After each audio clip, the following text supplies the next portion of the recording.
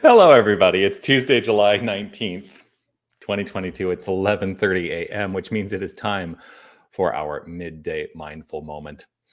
I'm Reverend Jonathan Zenz. I'm the minister at Unity of Tucson, and this is the opportunity we take every single weekday to engage in some spiritual practice together.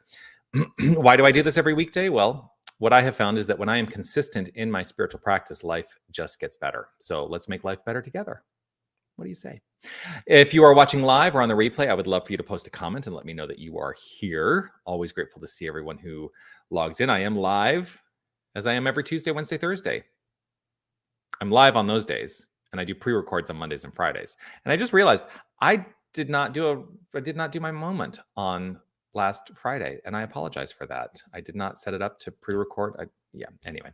I was also laughing right when I started because I started the thing and then I clicked a thing and that's what makes it live.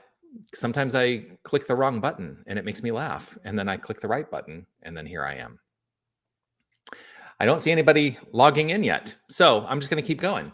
I want to offer my reminder to you, of course, which is to say, you are love, you are light, you are life, you are magnificent.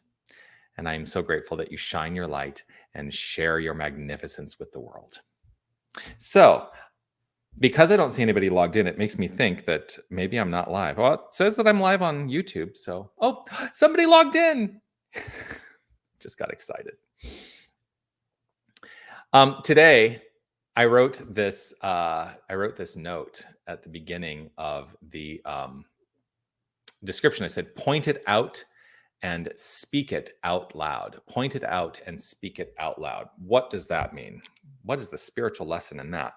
Well, one of the things that I want to first of all say is that a lot of the New Thought philosophy actually has ties to Jungian psychology, and we have ties. There are people within the New Thought world that have called what we're teaching spiritual psychology, and that a lot of what we're dealing with is the use of our mind. Well, that's psychology, right? And so as we address what's happening in our minds, we create our experience. We create the relationship to our experience. Good day, Sherry. Grateful to see you.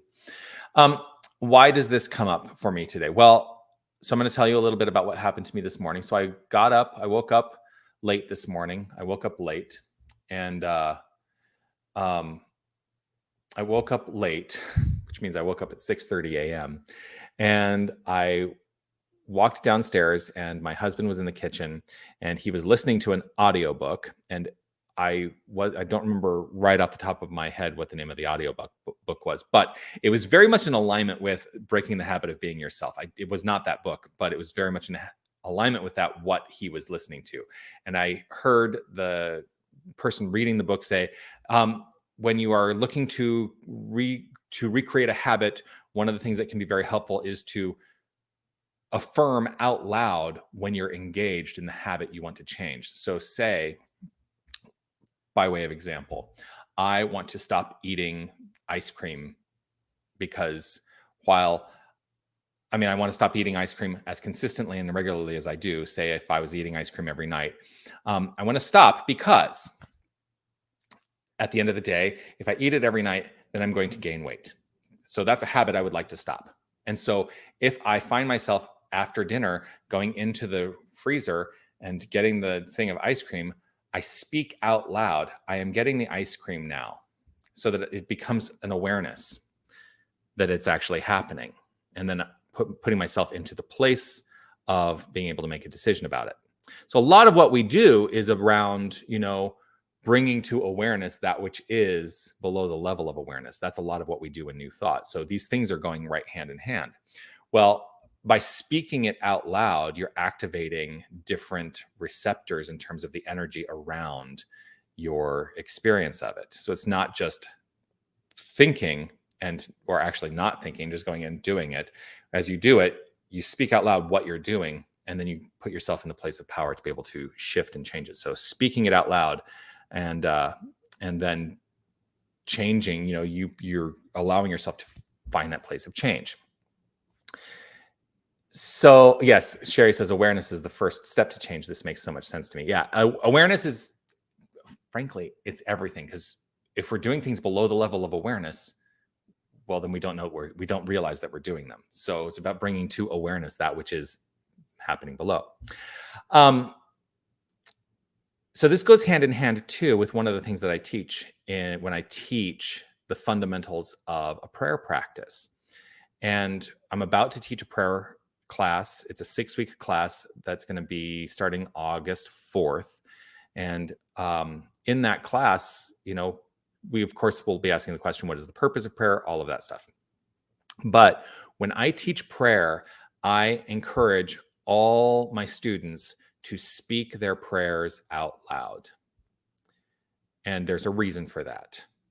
I invite everyone to speak their prayers out loud, because sometimes what can happen is when we go into that place of prayerful awareness, if we're not speaking it out loud, we actually get lost in our mind a little bit. Here's what happens. When I speak my prayer out loud, it focuses the energy of the prayer, because I am speaking it out loud and I am also hearing what it is I'm speaking out loud. I'm not just hearing it with my inner voice, I'm hearing it with my outer voice as well. And so that actually, for me, is a great tool to actually activating the prayer, because it keeps that focus happening. So it's rehabitualizing. It's bringing to awareness that which is below the level of awareness and activating this thing in a way that is absolutely practical.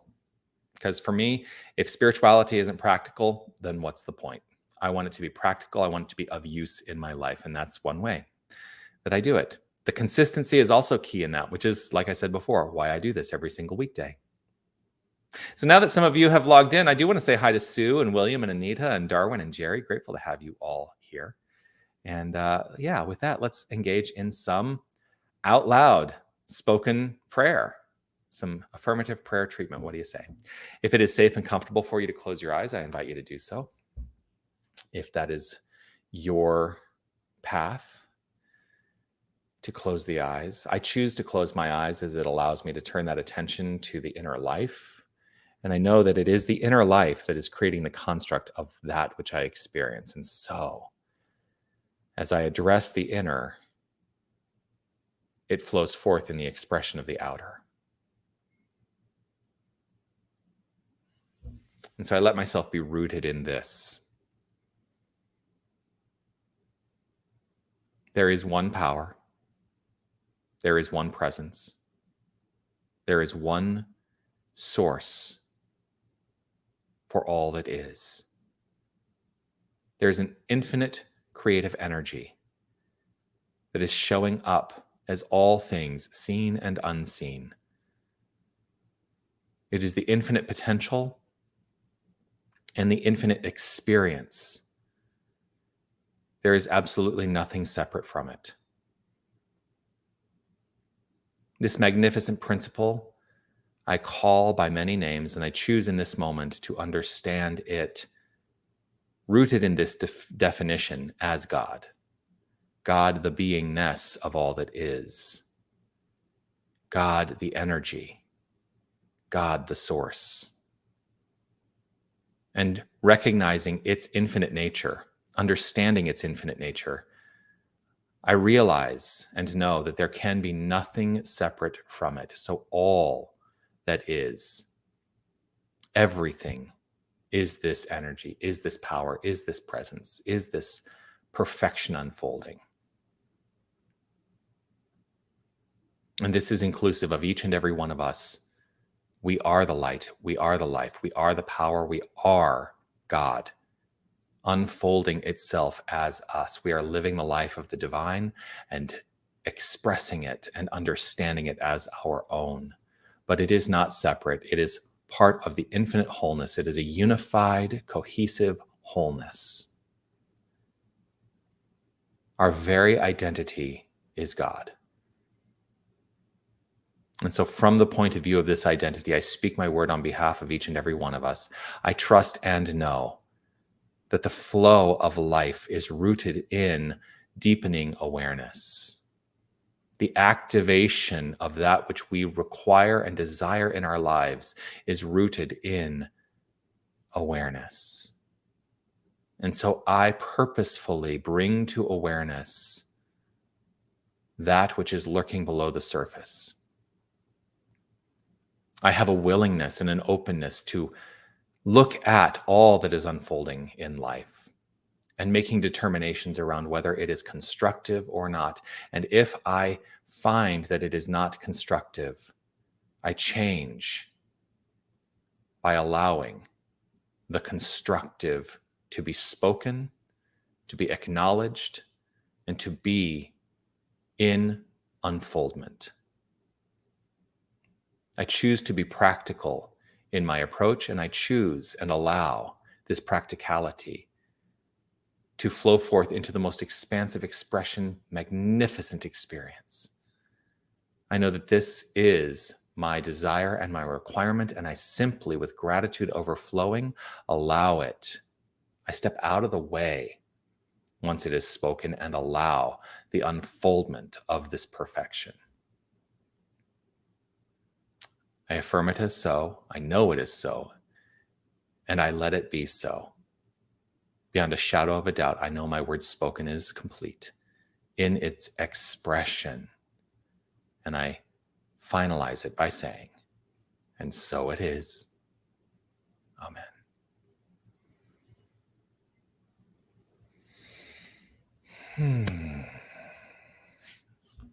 And so it is. Well, many blessings to you. Grateful to share this time with you. I'm grateful to share this time every day with you. Do please continue to comment. If you're watching on the replay, I'd love to see the comments that come through after the fact. And yes, like, follow, share, subscribe, react, all those things that we do in social media to affirm our connection. I'm always grateful for the way we are connected. Do join me tomorrow for another Midday Mindful Moment at 11:30 a.m. Arizona time, just as I am, just as it is every single weekday. Also tomorrow at 12:30, we will be having our Unity prayer service. That's an in-person only experience here at Unity of Tucson in the prayer room. Would love to see you there if you're available. And Sunday mornings, 9:30 guided meditation, 10 a.m. celebration service. Those are both in-person and online. So join us for that.